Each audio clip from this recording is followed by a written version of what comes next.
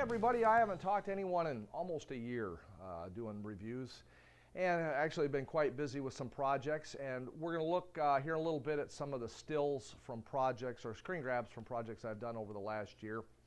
And I've lit everything this year with basically 2 lights and a handful of other lights for the background, but mainly the subjects I've lit with Fotodiox lights. And they are a solution that was offered to me last year on a low-budget horror, where Fotodiox provided their big 18-inch Jupiter, which is my key light today, and a couple of 2K Fresnels, which I have one of them lighting our background here this afternoon. And I've used this extensively over those two extensively over the last year, lighting many shorts, some commercials, and so on. And in the big world of lights, the sheer number of lights that are available makes it very confusing. And no matter how many videos you watch, tutorials you watch, books you read, you can never light something until you actually go out and do it.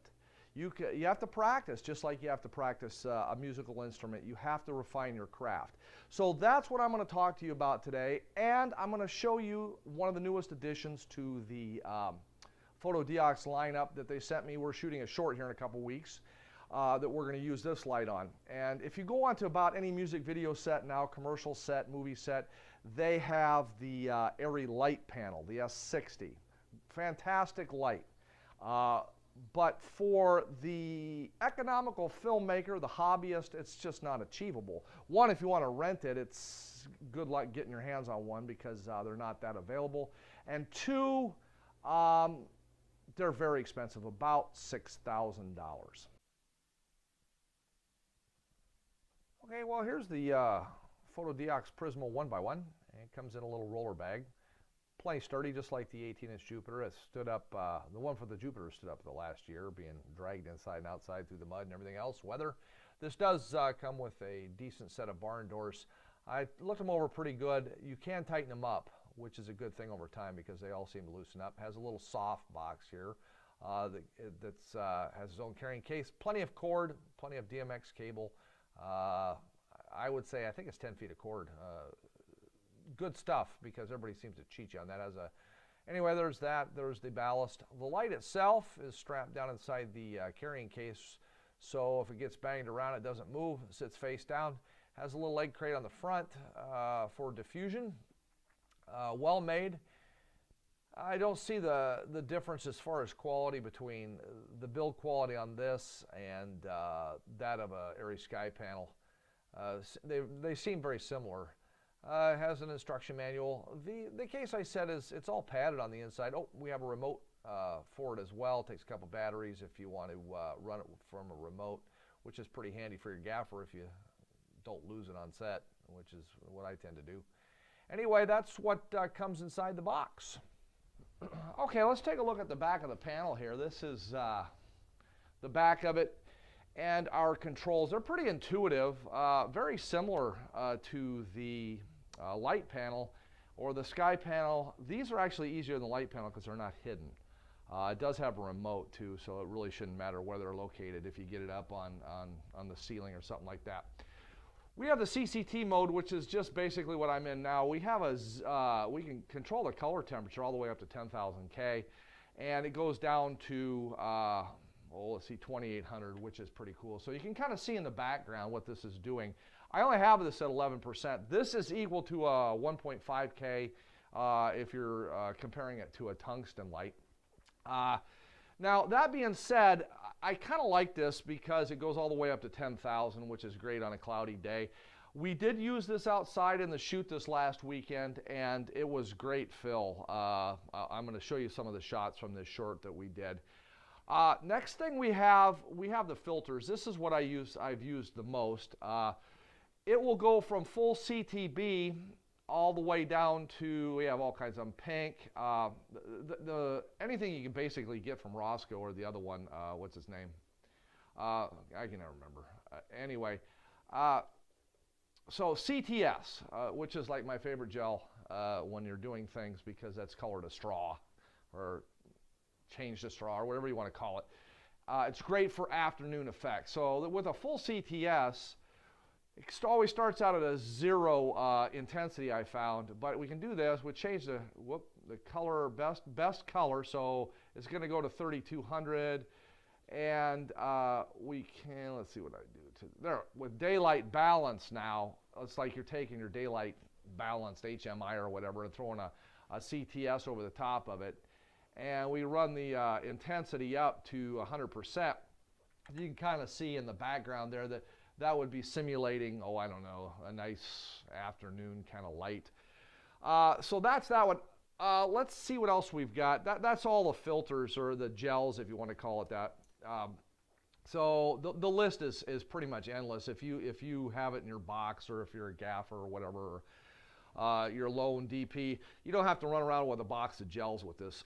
Everything, and it actually has a couple of good ones too that, let's see, I saw it, 2x CTB, and you really don't lose, so let's say we're at tungsten shooting inside, we really don't lose a stop.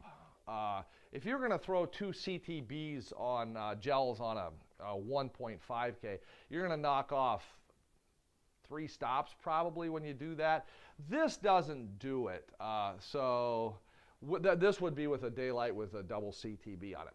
So that's that. Now, here in 1 second, we'll move on to the rest of them and what I experimented with this last week. The next thing we'll move on to are the effects. This is kind of why I asked to use this light. We use the effects, one, to simulate neon light, and then I also used it to simulate lightning, but like I said, I couldn't get it to work real well. They're going to update the firmware according to those guys. All right. So if we hit the effects button, it takes us to this little menu I found, and we can just scroll down. So there's a lightning. I'm not going to bother showing you that, but some of these are pretty cool. They've done a good job with it. So we have the frequency and intensity. So this would be fireworks, as you can kind of see on the back wall. It's it does, you can dial in color. You can dial in if you just want like white, boom, you know, for the 4th of July. Go back to effects. We do have a fire. Once again, they all start out at 0, and then you can kind of look on the back wall, and it's going to simulate, I think it's simulating a fire, although I haven't really tested this out looking at any video I shot with it. This one's pretty cool. Let's go to cop car. RGBW we can do, and then, so, hey, sorry honey, didn't mean to call the cops on you. Anyway, that one I like. Oh, back to that one. If you go to, let's see, you can go just a blue. You can dial it in. I mean, RGBW, red, blue, and white. It's pretty cool. Back to this one. Let's go back up to. We have a color chase, which I could probably see for maybe a television or something like that. You can kind of see on the back wall. If you take all the saturation out of it, I could see where this could be maybe a television or something like that. You can turn the intensity up, and I pretty much just adjusting the brightness. Club lights. This would be great for you music video guys. You know, if you want to simulate the club look, and it's got this endless settings. I didn't really play with it all that much because I'm not a music video guy. And we have club lights, and we have clouds, party effect. I think the party effect, from what I understood, is very similar to the club lights, something like that. So that's the basic rundown of the special effects. We do have a hue, saturation, luminance, which is you can adjust pretty much anything you want. RGBW, which you can do red, green, blue on their own intensities. So pretty much dial in anything you want. That was that one. These are great if you're going for, I guess, something special. For us regular DPs, just throwing a gel on there is pretty cool as well. This, like I said, doesn't take a rocket scientist to figure this one out. Now, What we'll do here next is I'll go ahead and I'll get the old light meter out and we'll check it out. We'll check the intensity out and that kind of thing at different distances. Lumens and stuff make no sense to me. I only care what my light meter says. So we'll do that next. Okay, all right, so I got my light set up where I've got this just solely that Prismo 1x1, and I'm going to use the old trusty DR758 Cct. We are shooting this on the Blackmagic Ursa Mini Pro in ProRes 422 at t5.6 on a Xene lens. 180 degree shutter, ISO 800. That's it, that's the setup on this. So, and 422, it's just low quality. I'm kind of curious what I get out of this versus Blackmagic RAW. I know I can get beautiful images with that. Anyway, here we go. So I'm approximately 10 feet away, or 8 feet from the light. And if you hold this up, ISO 800, 5.6. So this is at 100% daylight balanced on that on the light, so 5600 at 100%. Now, if I go all the way back, we'll go back another 6 feet, and the fall off isn't too bad. I'm at a 4. Which is not bad, trust me. At a 1.5K, it's pretty great. We'll hook the softbox up here in a little bit and all that good stuff too. Now, as I come closer, what you'll notice with all of these lights is the fall off. You get right up next to them, they'll blow you out. But the fall off is really quick. So about a foot away at 100%, I'm at a T or f16. f22, which is one stop, so that would be all the way shut on this Xene lens. But as we back up, you can see the fall off is rather quick. So we're already in an f8 right here. Like I said, I've noticed that with these lights, it's not quite like tungsten, which has this really gradual, nice fall off. But then again, we're entering into a new technology with these LED lights and learning to use them and so on and so forth. So T8, or f8 at this point. And at where I would want to shoot this for a scene or properly exposed is at f5.6 and 3/10 or whatever you want to call it right here. So that's that. Pretty impressive so far at this distance or at this exposure with this intensity. Okay, this is our typical indie production here. It's on a Saturday. You're with your friends. You're working for credit and food. You're putting together the masterpiece, and it's a great script and great cast, and it's going to win every award out there. And the script says, hey, guy walks out of a bedroom in a hallway. And so you set up your camera down the hallway on a tripod, ready in action, and out he walks, just like that, looking down the hallway. Well, I tell you what, that is about as boring as you possibly get. One, it's me, so you're not going to get anything there, but you know, here you are, pointed down a hallway, and it looks terrible. Okay, you're back at the same production, same hallway, but right now we have some lights. And the director says, you know, it'd be great if we could simulate some afternoon. Let's say it's afternoon, and this guy comes out of the hallway. Is there any way you can do that? So you set up like what I did here with a Fotodiox 2K Fresnel.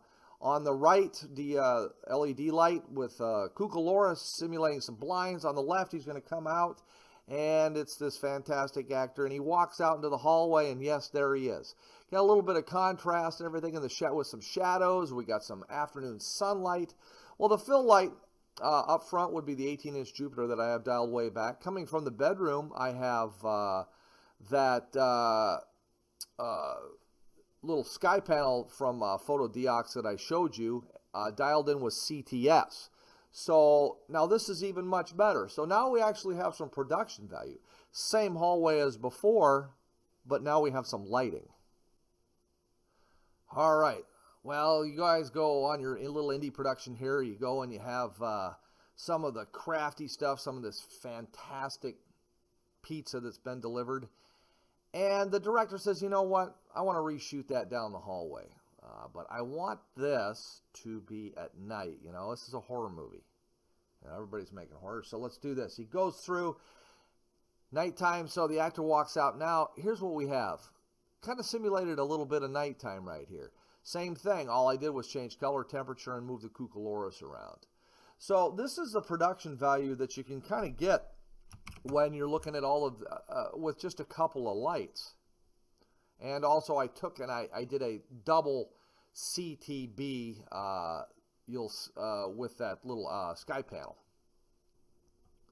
Here's some examples of from a short that I did this last year, written by Crystal Doyle, directed by Abby Esmena. It's called Gravid. And here is simulating a nighttime shot in a bedroom. And all I did was use CTB and dial the color temperature differently on the 18-inch Jupiter, and you can see the results. And we'll show you, I did something a little bit later on in the next couple shots. I did an afternoon one too. We'll do a comparison. Here is from the same short, one of the actresses. I lit her kind of down stage right, and the little 18-inch Jupiter has some pretty good wrap effect to it. Here's just what I lit with the 18-inch Jupiter up high, pointed down at the table, and then I used the 200-watt LED Fresnel through bleached muslin in the front for the fill. Next shot, Crystal Doyle, who acted in it, off to the left, 18-inch Jupiter, and then I used some negative fill on camera right. Here's Jake, one of the actors, at a bar. Tungsten, I had a couple 300-watt tungstens I blasted in the background on the wall to give it a warm feeling, and then daylight balanced up front with the 18-inch Jupiter off camera right. Here's Crystal Doyle, same kind of setup. Camera left, downstage, was the 18-inch Jupiter, and then through a window off the camera right, I had that 200-watt LED Fresnel going through some bleached muslin to add a little sunlight effect. Here is the afternoon or the morning of the same shot from the beginning. All I did was change color temperature, move the lights around a little bit, make it look like the sun was coming up in the bedroom.